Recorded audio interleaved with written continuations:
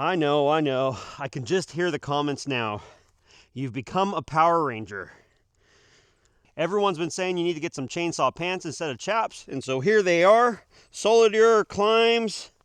Subscriber Seth, thank you, buddy. I'm a little bit tight. That's some 2026 goals. I need to lose a little bit of weight, so these pants will inspire that, I hope. Now that we've got that out of the way, I need to show you what showed up in my P.O. box the other day. A little bit of modern for my MS460. I haven't seen one of these black ones before. This is, I think, a new product from Undaunted. I haven't cut with it yet. The saw was warmed up, but being that it's about 10 degrees right now, it probably needs to warm up again. But I just want to cut some wood, and I want to hear down in the comments section whether you would go for billet or for the anodized black. I think that the black looks really, really good on there.